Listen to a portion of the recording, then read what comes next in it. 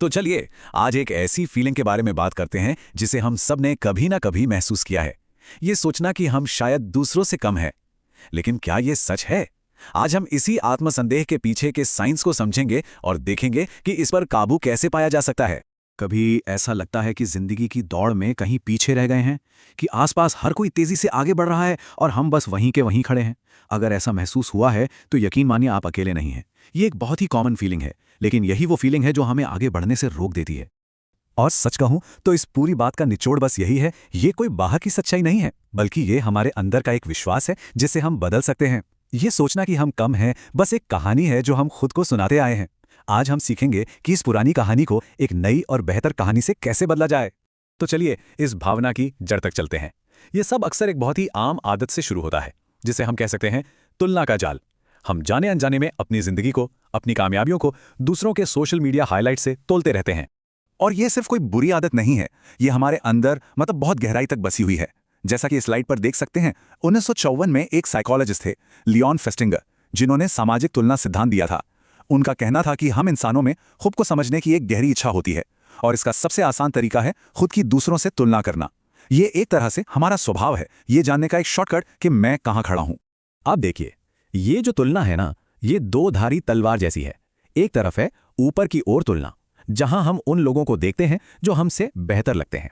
हाँ, ये हमें मोटिवेट कर सकती है, लेकिन ज्यादातर मामलों में ये हमें छोटा और नाकाफी महसूस कराती है।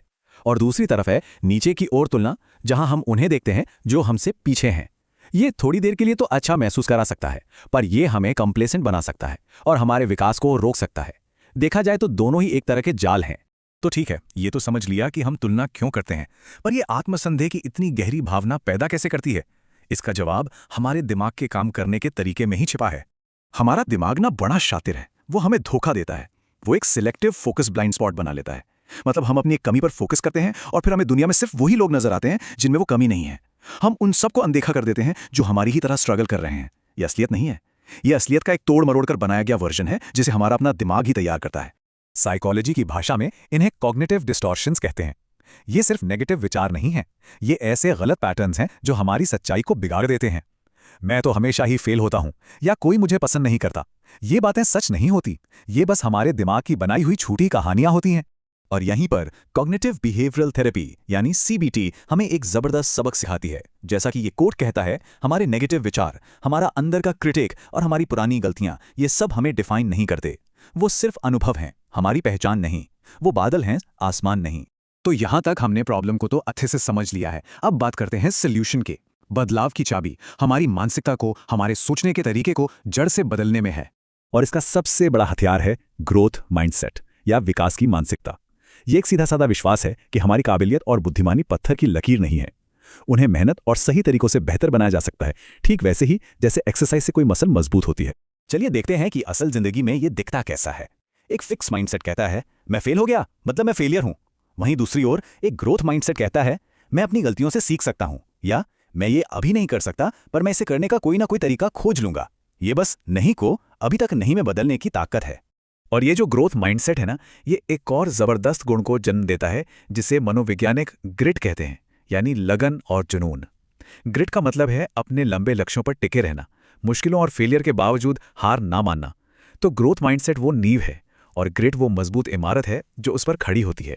तुलना का जाल इसीलिए भी इतना खतरनाक है क्योंकि ये हमें एक बेसिक सी सच्चाई भुला देता है, हम सब अलग हैं। जैसा कि ये सेक्शन कहता है, आप एक गुलाब नहीं हैं जो आम बनने की कोशिश कर रहा हो। गुलाब की अपनी खूबसूरती है और आम का अपना मूल्य। सोचिए, हर किसी के अंदर एक यूनिक पावर होती है, कुछ ऐसा जो आप नेचुरली बहुत अच्छा करते हैं। इसे आपकी फैक्ट्री इंस्टॉल्ड खूबी कह सकते हैं।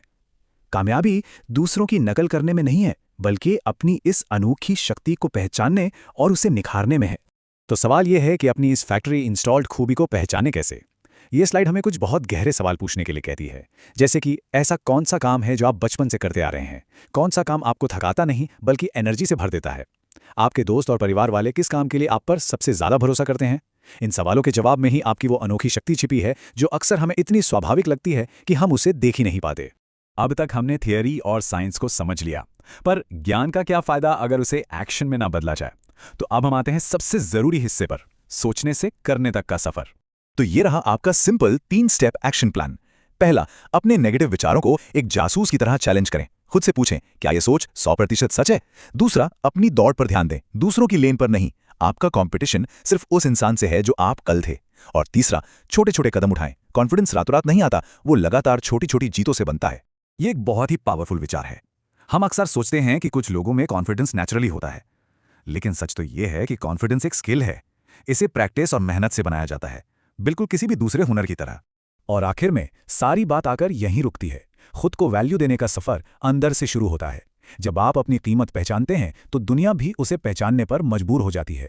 आपकी बाहरी दुनिया आपकी अंदरूनी दुनिया का ही आईना है। तो अब ये सवाल आपके लिए है। इस जानकारी को सिर्फ सुनकर भूलना नहीं है, इसे अपनाना है। आज वो एक छोटा सा कदम क्या हो सकता है जो आप अपने ग्रोथ माइंडसेट को बनाने और अपनी यूनिक क्षमता में इन्वेस्ट करने के लिए उठा सकते हैं? इसका जवाब सिर्फ आपके पास है।